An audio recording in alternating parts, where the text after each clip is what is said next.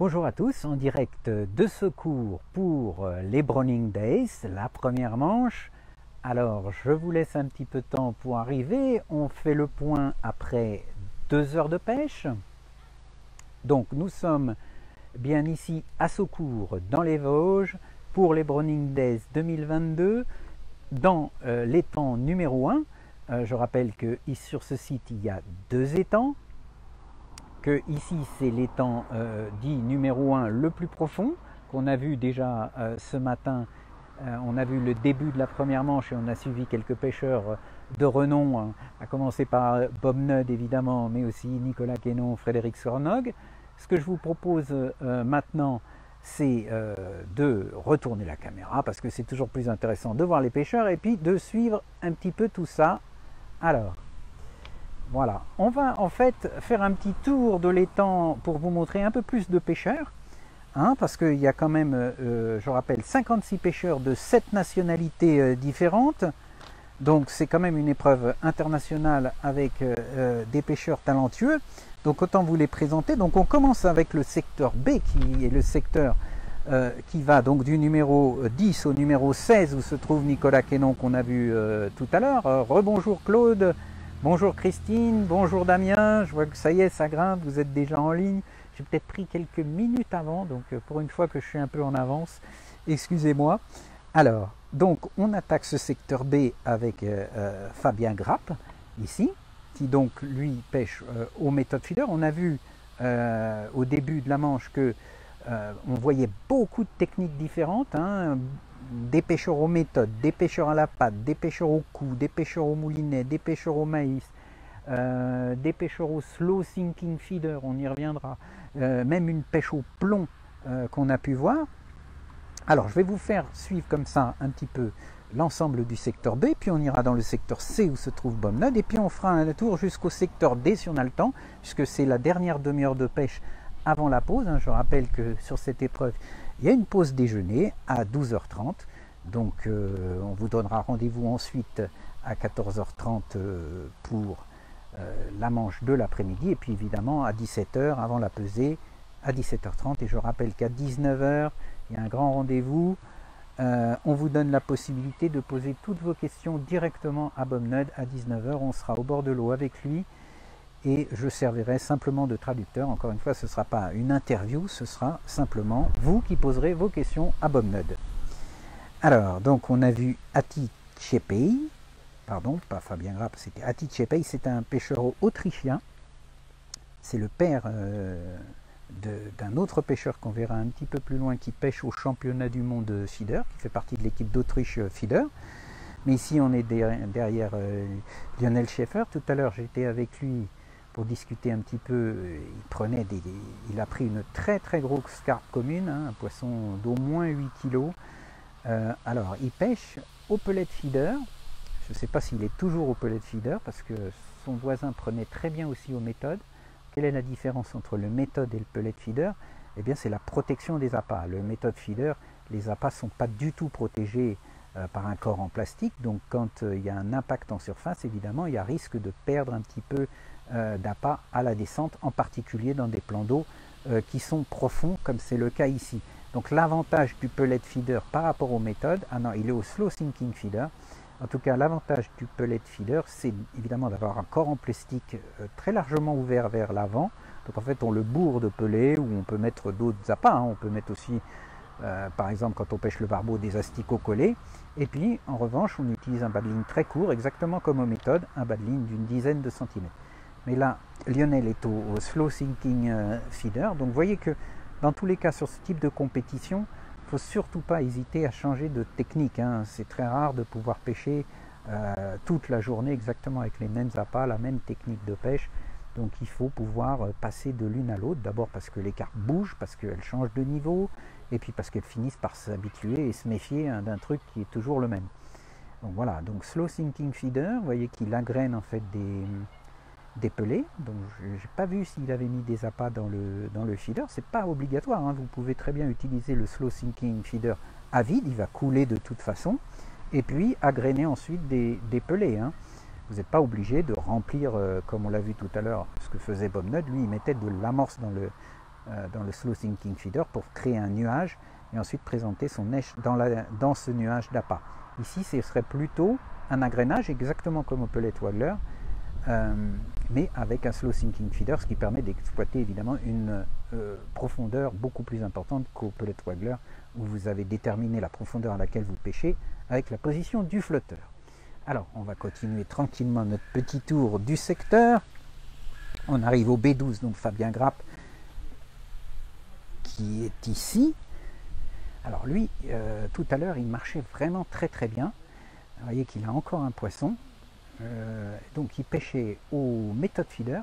Pour moi, il était même en tête du secteur. Alors j'ai vu dans les commentaires quand on m'a fait... Parce que je lis vos commentaires, hein, des fois je ne peux pas y répondre parce qu'il y en a beaucoup en même temps. Mais j'ai vu dans les commentaires de quelqu'un qui connaissait bien visiblement le parcours de secours qui me disait que le milieu du secteur était souvent très bon. On s'enflammait peut-être un peu rapidement sur la place de Nicolas Quénon. Mais enfin, je peux vous dire que j'étais derrière Nicolas tout à l'heure. Quand même, il prend des très gros poissons. Il en prend moins en nombre. En revanche, il prend des gros poissons.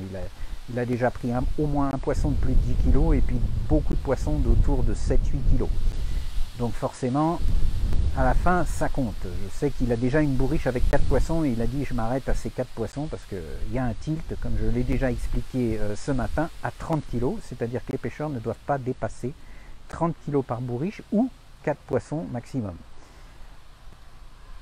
Au-delà, évidemment, les poissons ne sont pas comptabilisés. Donc les pêcheurs, il faut qu'ils fassent vraiment attention. Rebonjour Jean-Pierre. Donc, je ne sais pas s'il continue à pêcher aux méthodes feeder. En tout cas, c'était comme ça qu'il prenait des poissons. Et depuis 2 heures que c'est parti, il a un rythme de prise vraiment élevé. D'après lui, il est déjà à plus de 40 kg de poissons au bout de 2 heures de pêche. Donc vous voyez que s'il continue comme ça, on est parti sur des rythmes où on va être au-delà des 100 kg largement, voire peut-être même des 150 kg. Alors effectivement, là, c'est des poissons qui sont peut-être un peu moins gros que ce que j'ai vu prendre à la fois par Lionel tout à l'heure au pellet feeder et surtout donc Nicolas Quénon avec ses carpes à la patte. Mais en revanche, le rythme des touches est très élevé ici. Donc c'est des poissons peut-être moyens, mais en tout cas, quasiment à chaque lancer, il a une touche. Hein. Donc, Fabien Grappe.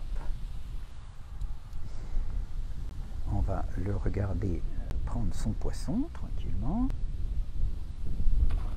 Ah, je ne sais pas si elle a fait un tour autour de la ligne ou s'il est harponné. Non, elle avait juste fait un tour autour de la ligne. Il y a quand même beaucoup d'activités là dans ce milieu de secteur. C'est vrai qu'il y a beaucoup de poissons sur le milieu de secteur. Ça va être sûrement ici qu'il va y avoir les plus gros scores. En tout cas, tel que c'est parti, ça devrait être le cas. Donc effectivement, pêche aux méthodes feeder à nouveau. Donc pour l'instant, Fabien Grappe, ça marche très très bien. Ensuite, on a au B13 Christian Baumgartner. Je rappelle qu'il y a une délégation allemande très importante. Je ne me souviens plus, mais je crois que c'est 16 pêcheurs d'Allemagne qui sont présents. Hein. On sait que Browning est une marque très très présente en Allemagne en particulier. Donc vous voyez que là, il y a encore un poisson. Hein. On n'a pas trop à attendre pour pouvoir prendre du poisson. Donc Christian Baumgartner, excellent pêcheur allemand. Alors, est-ce qu'il pêche lui aussi aux méthodes ou au plomb? Je ne peux pas voir, la ligne est encore dans l'eau. C'est un méthode, d'après ce que je vois. Donc, sur cette zone, il semblerait que pour l'instant, en tout cas, ce sont des pêches au moulinet, pas encore de pêche à la canne sur cette partie. Oui, c'est du méthode feeder. Alors, on va jeter un œil quand même pour voir si il met... qu'est-ce qu'il met à l'hameçon déjà, voilà. Alors, c'est un dumble de couleur jaune vif, vous voyez, couleur jaune vif, et ensuite, donc, il le met au fond de son moule, puis il recouvre donc 2 pelets, hein, c'est des pelets de 2 mm, donc comme Bob Nut tout à l'heure, il pêche avec uniquement des pelets dans le méthode feeder. Hein, ce que j'avais expliqué tout à l'heure, c'est qu'effectivement on peut mettre à la fois de l'amorce ou des pelettes ou un mélange des deux quand on pêche aux méthodes feeder. C'est une clé de ce type de pêche. J'ai beaucoup insisté tout à l'heure sur le fait de surtout pas bouger la ligne sur le fond, hein, c'est une pêche absolument statique, donc ne cherchez pas à tendre la bannière, laissez la ligne comme elle est une fois que le méthode feeder est sur le fond, et ensuite il faut déterminer s'il faut plutôt des pelés, plutôt de l'amorce ou un mélange des deux, et puis ensuite encore la couleur et la taille de lèche qu'on va utiliser. La longueur et le diamètre du bas de ligne, je dirais que ça vient presque après tout ça. Ensuite au B14 on a Michael, alors je ne sais pas si je vais le dire correctement, mais c'est encore un amant Gschwint. Michael Gschwint, il m'excusera pour la prononciation, hein. J'ai fait allemand seconde langue, mais j'étais pas très bon. Je me débrouille mieux en anglais, vous verrez tout à l'heure avec Bob Nudd, je devrais réussir à traduire vos questions. Donc, il pêche au slow sinking feeder. Alors, il me semble avoir vu que le slow sinking feeder était vide. Donc, encore une fois, on n'est pas obligé de remplir le feeder, hein. D'ailleurs, il y a des montages qui existent uniquement avec la bille, hein, la bille en plastique qui permet la flottabilité du feeder. Il existe des montages, enfin, du matériel où il n'y a pas le corps en plastique pour mettre de l'amorce, où on pêche uniquement avec une bille. C'est d'ailleurs comme ça que ça a été inventé à l'origine, hein. C'est des Anglais qui sont à l'origine de ce système qui rappelle un peu la bombette. On a vu tout à l'heure d'ailleurs qu'un pêcheur avait monté des bombettes pour la truite.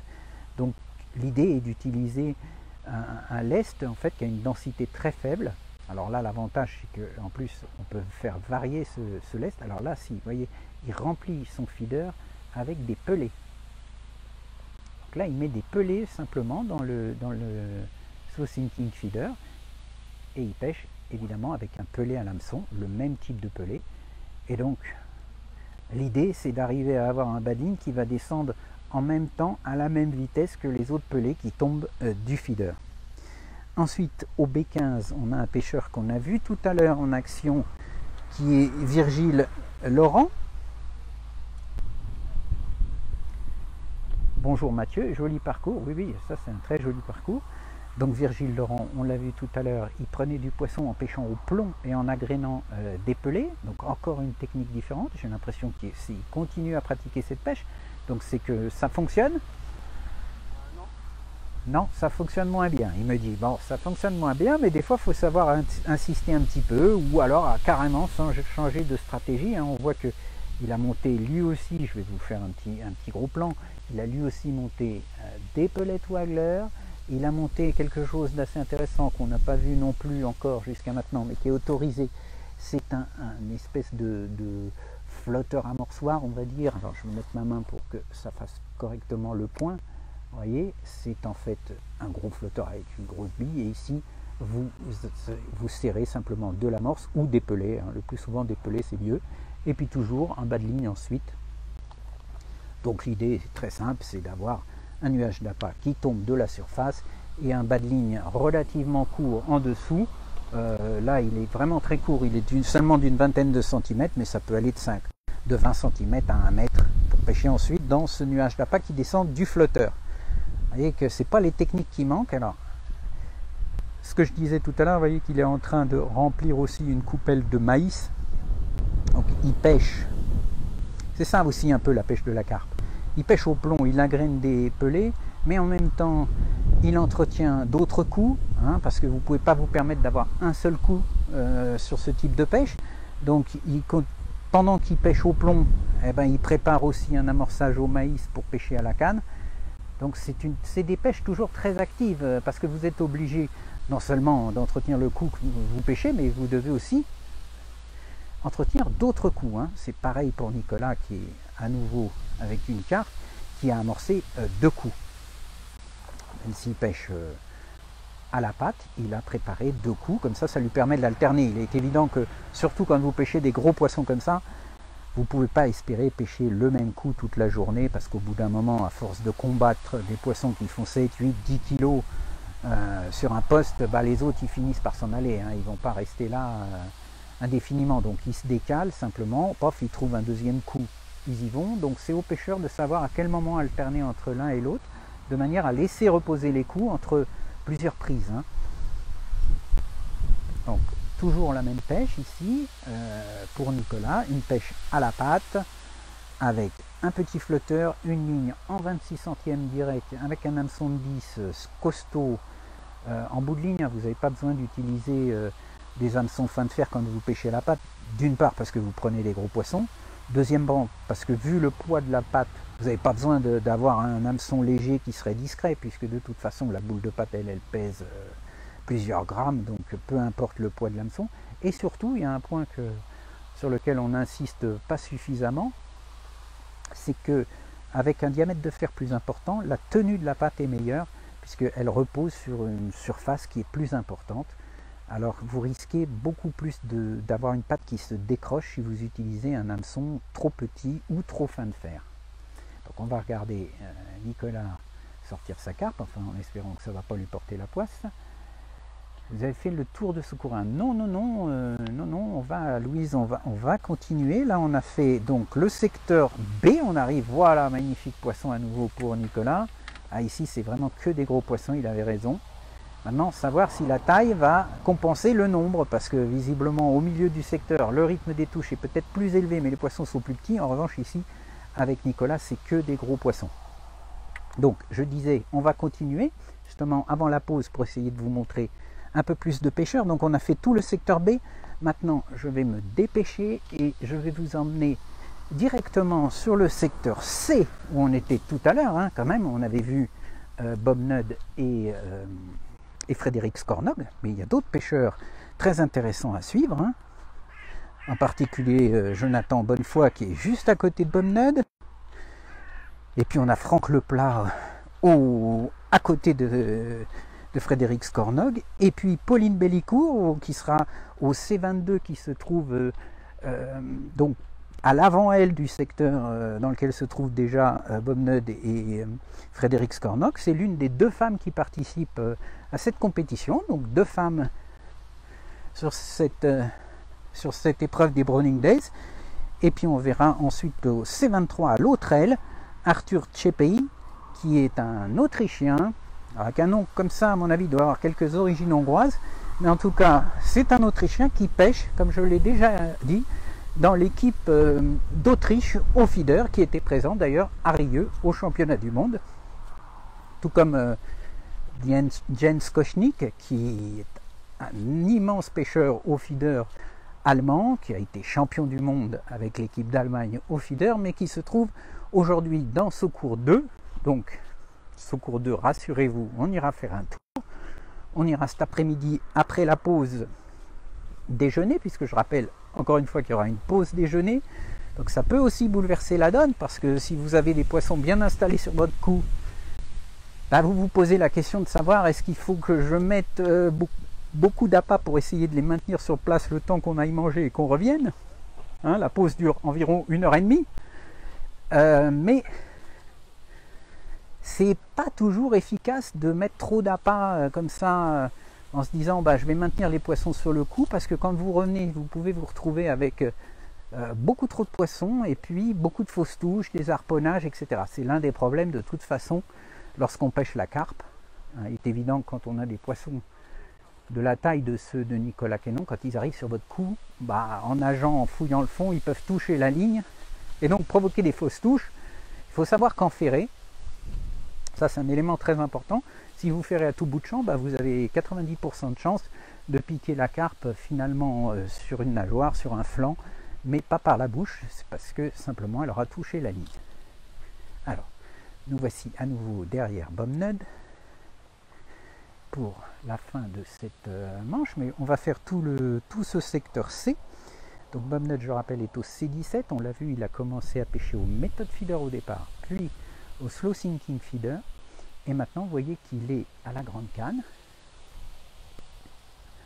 Alors il utilise d'ailleurs, puisqu'on m'a demandé de montrer le matériel, une exosphère 0G, c'est des cannes qui sont à la fois hyper légères et rigides, mais incroyablement solides. C'est ce que je disais aussi ce matin. L'avantage des kits Stripa, c'est que ça permet aujourd'hui d'avoir des cannes très confortables, très bien équilibrées, mais puissantes.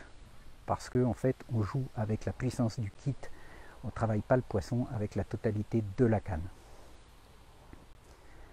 Donc, là, c'est un coup en bordure, c'est pareil. J'avais eu un commentaire ce matin de quelqu'un qui me disait « J'espère que ne va pas oublier le petit coup en bordure sur la gauche. » Vous voyez que, ah bah David, si tu habites pas loin, oui, il vient faire un tour aujourd'hui ou demain. Ça vaut le coup, il y a quand même des sacrés champions à voir en action. Donc, le coup en bordure, eh ben, effectivement, Bob Nudd, il ne l'a pas oublié. Hein. Il a une telle expérience, je rappelle son palmarès, hein, 4 fois champion du monde, individuel, en 1990 et 91. Il a été le premier pêcheur à remporter 2 championnats du monde d'affilée. Hein. Avant, il y avait déjà un Français, Robert Tess, qui avait remporté 3 championnats du monde, mais à des années différentes. Donc Bob Nudd a gagné en 90, 91, puis 94. Vous voyez qu'il a dominé les années 90 puisqu'il a terminé avec un 4e titre en 99. Alors on va continuer pour vous montrer encore une fois un maximum de pêcheurs de ce secteur. Donc on a Jonathan Bonnefoy qui est ici, pêcheur très connu aussi de carpe. Alors là lui il pêche en bordure. Vous voyez que, enfin à mi-distance en tout cas, c'est pas de la bordure. Hein. Vous avez toutes les possibilités dans la carpe. C'est toute la difficulté. D'abord, ça passe par un sondage super précis. À vous à déceler la forme du fond, la moindre petite marche, la moindre petite cuvette. C'est un élément très important. On a insisté beaucoup là-dessus sur la pêche aux Y avec Michael Le Pourceau, mais c'est encore pire sur une pêche au cou où c'est des pêches beaucoup plus précises qui se jouent au centimètre près. Et parfois, il suffit qu'il y ait une petite marche, une petite cuvette de quoi, 5-10 cm pour que ce soit là qu'il faille pêcher pour prendre les carpes. Donc, on continue notre petit tour. On a maintenant Kevin van der Hofstadt. C'est pareil, j'espère bien le dire, ça devrait aller. Van der Hofstadt. Donc, inutile de vous dire, un pêcheur allemand, 16 pêcheurs allemands, et puis 6 pêcheurs autrichiens quand même. Alors fait une petite trotte de venir à secours, mais comme je l'ai dit, le problème dans ces pays, que ce soit l'Allemagne, mais même l'Autriche, il y a des limitations, des interdictions diverses. Donc les pêches de compétition sont un petit peu maltraitées, en tout cas en chute libre, donc ils sont obligés d'aller faire des épreuves un petit peu partout en Europe. Donc là, évidemment, Frédéric Skornob, on l'a vu tout à l'heure, il a fait un démarrage en fanfare à la Grande Canne, il est toujours à la Grande Canne. En revanche, je vois qu'il a une fronde à la main, donc c'est un peu tout à l'heure en posant du maïs à la coupelle et à la mini coupelle, alors que vous voyez là, il est en train de se préparer pour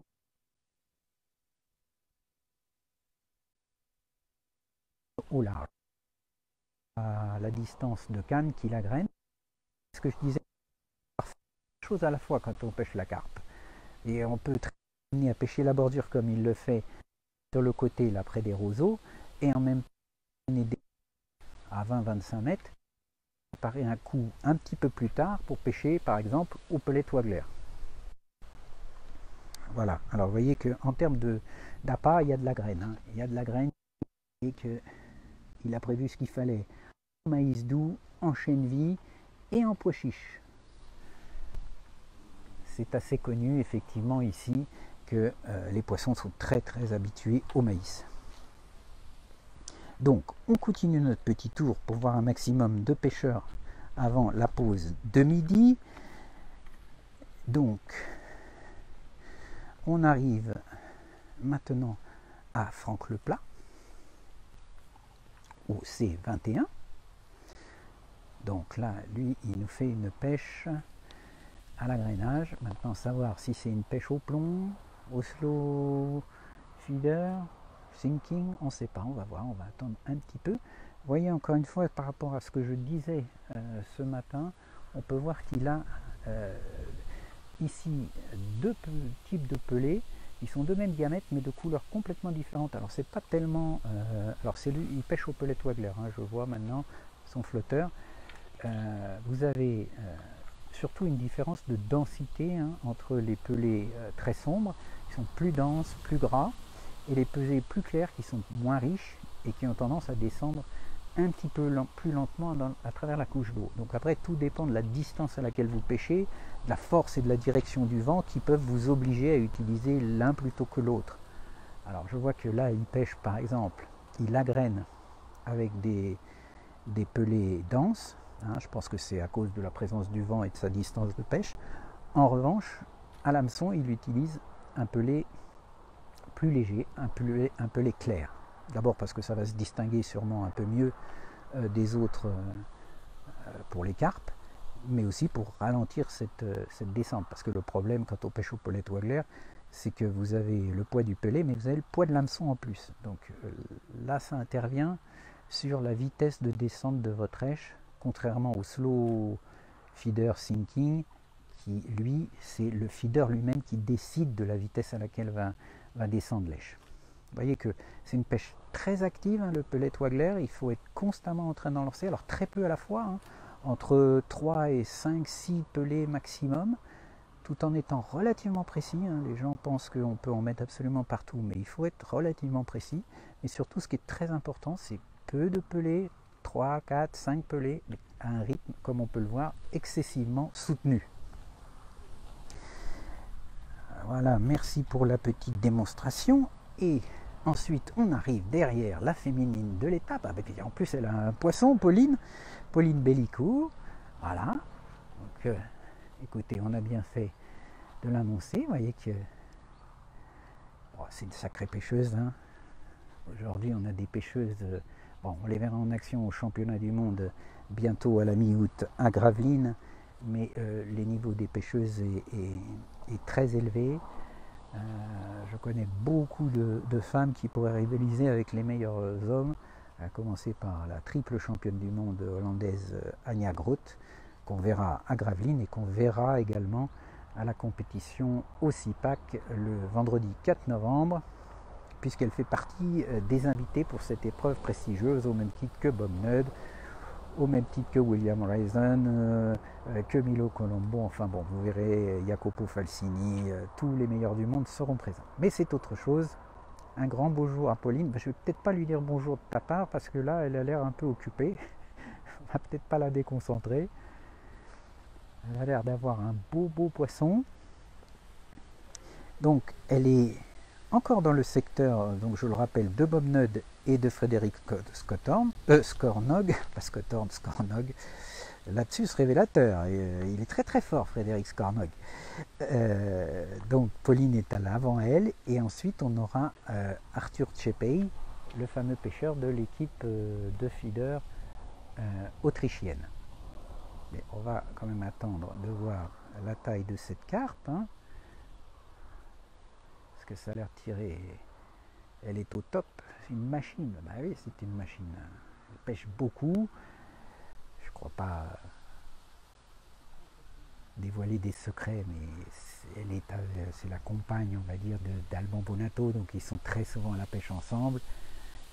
Ils sont très forts sur les pêches de carpe, tous les deux. On les avait vus d'ailleurs ensemble en pêchant en américaine à la Shimano Hero Cup que j'avais suivi. Ils avaient fait des très gros poissons d'ailleurs, mais ils étaient assez mal tombés à la première journée. Donc je ne sais pas à quoi elle pêche. Je vais me détourner un petit peu pour essayer de voir le montage. Si c'est du pelet Waggler ou du méthode. Ah ben non, de toute façon, est-ce qu'il y a un sion de couleur? Oui. Donc c'est une cantiver. Ah, alors, on nous annonce les 5 minutes. Alors j'ai eu pareil la question tout à l'heure par rapport à la règle dite du pendu. C'est-à-dire que dans les 5 dernières minutes, si un pêcheur a un gros poisson, il peut annoncer pendu, auquel cas il a le droit de dépasser le temps après la fin du concours jusqu'à un quart d'heure. Donc ça permet, ce qui est un peu logique, parce que si vous piquez une carpe de 8 kg à 3 secondes du coup de pétard, c'est pas comme une ablette, vous ne pouvez pas le sortir de l'eau en vitesse. Donc on vous laisse, à partir du moment où vous annoncez pendu, hein, que tout le monde sache que vous l'avez bien piqué avant, vous avez encore un quart d'heure après le coup de pétard pour pouvoir la sortir. Donc on va peut-être terminer derrière Pauline d'ailleurs. Ah, alors elle est au méthode feeder, c'est une chose assez intéressante, elle pêche avec un méthode feeder équipé d'un élastique. J'ai eu le temps de le voir au moment du combat avec le poisson, vous voyez. Je ne sais pas si vous pouvez le voir, il y a un élastique à l'intérieur du méthode, ce qui permet, alors on dit d'éviter les casses. Honnêtement, je pense que ça joue pas tellement là-dessus, parce que de toute façon, aux méthodes feeder, on n'a pas besoin de pêcher fin, et puis sur un bas de ligne de 10 cm, la présence ou pas d'un élastique, je ne crois pas que ça renforce terriblement la résistance. En revanche, ça limite les risques de décrochage. Le gros problème du méthode, c'est un peu comme ce qui se passe au zig. Vous avez le méthode qui est un poids lourd, hein, quand même, qui pèse 20, 30, 40, 50 grammes parfois, qui se balance juste au-dessus des lèvres du poisson, puisque le bas de ligne fait que 10 cm. Et en se balançant comme ça, il a tendance à faire que l'hameçon se décroche des lèvres du poisson. Donc, l'avantage de l'élastique pour moi sur un méthode feeder, c'est beaucoup plus d'éviter les décrochages. Alors c'est vrai sur les carpes, comme ici, mais ça l'est encore plus quand on doit pêcher des brèmes qui ont des bouches beaucoup plus fines, beaucoup plus sensibles, des plaquettes encore pire, et que vous utilisez des hameçons plus fins de fer. Là vous avez des risques quand même de décrocher, donc l'utilisation d'un élastique est une bonne solution à l'intérieur du méthode feeder. Donc on termine ce secteur C avec Arthur Tchepey, donc de l'équipe autrichienne au feeder. D'ailleurs, il est au feeder. Je ne sais même pas s'il a monté. Ah, si, il a monté une canne au cou, mais il a l'air quand même de miser beaucoup plus sur les pêches au moulinet, notre ami autrichien. Et puis donc, je voulais vous faire suivre le secteur A, mais ça va être la fin de la manche. Donc, dans tous les cas, ce sera un peu tard. Ce sera pour après. On fera une pause donc à la fin de la manche, d'ici moins de 5 minutes maintenant. Donc on va suivre Pauline, tiens, on va suivre Pauline pour finir la manche. Donc la manche va se terminer à 12h30, ensuite on a 1h30 de pause, donc jusqu'à 14h, les pêcheurs vont se restaurer, ils vont laisser leur coup tranquille. Encore une fois, on ne sait pas trop ce qui va se passer à leur retour, est-ce que les poissons auront bougé ou pas, c'est l'une des questions. J'en ai parlé avec Nicolas Quenon, il m'a dit qu'il allait surtout rien mettre avant de partir parce qu'il ne veut pas attirer trop de poissons sur la zone et risquer de les harponner. Donc il me dit ils vont réagir de toute façon assez rapidement en revenant, en mettant 2-3 coupelles, ça devrait suffire à les faire revenir, plutôt que de mettre un gros tas et de risquer de se retrouver avec 10 ou 15 gros poissons qui foutent un peu le bazar sur le coup. Je pense que c'est une bonne stratégie. Après, ça dépend du type de pêche que vous pratiquez. C'est sûr que si vous pêchez au pellet waggler, c'est un peu embêtant de devoir vous arrêter pendant 1h30 parce que, évidemment, comme je l'ai dit, c'est une pêche très active. Si vous vous arrêtez pendant 1h30, ça veut dire que vous n'agrainez plus de pellets et les carpes n'ont plus aucune raison de rester en surface face à votre poste. Donc, il faudra tout recommencer à zéro pour ceux qui pratiquent, en tout cas, des pêches entre deux eaux. Ceux qui pêchent aux méthodes, il y aura toujours un peu d'appât sur le fond, donc ils devraient pouvoir reprendre du poisson assez rapidement. Donc la manche va reprendre à 14h, et ce que je vous propose donc c'est de vous retrouver à 14h30 pour un petit point à la mi-temps. Alors on ira sûrement dans l'autre étang de secours, et puis ensuite à 17h, on fera un nouveau point, juste à une demi-heure avant la fin de cette première manche. Je pense que je reviendrai quand même dans secours 1, parce que c'est là qu'il devrait y avoir les plus gros scores, donc c'est toujours plus excitant de suivre une pesée où il y a beaucoup de poissons. Et puis donc, les prochains rendez-vous, c'est donc 14h30 pour un point sur l'étang numéro 2, puis ensuite à 17h pour les 30 dernières minutes de cette première manche des Browning Days, sur étang secours 1, ici même. Et puis ensuite, je le répète, à 19h, un rendez-vous avec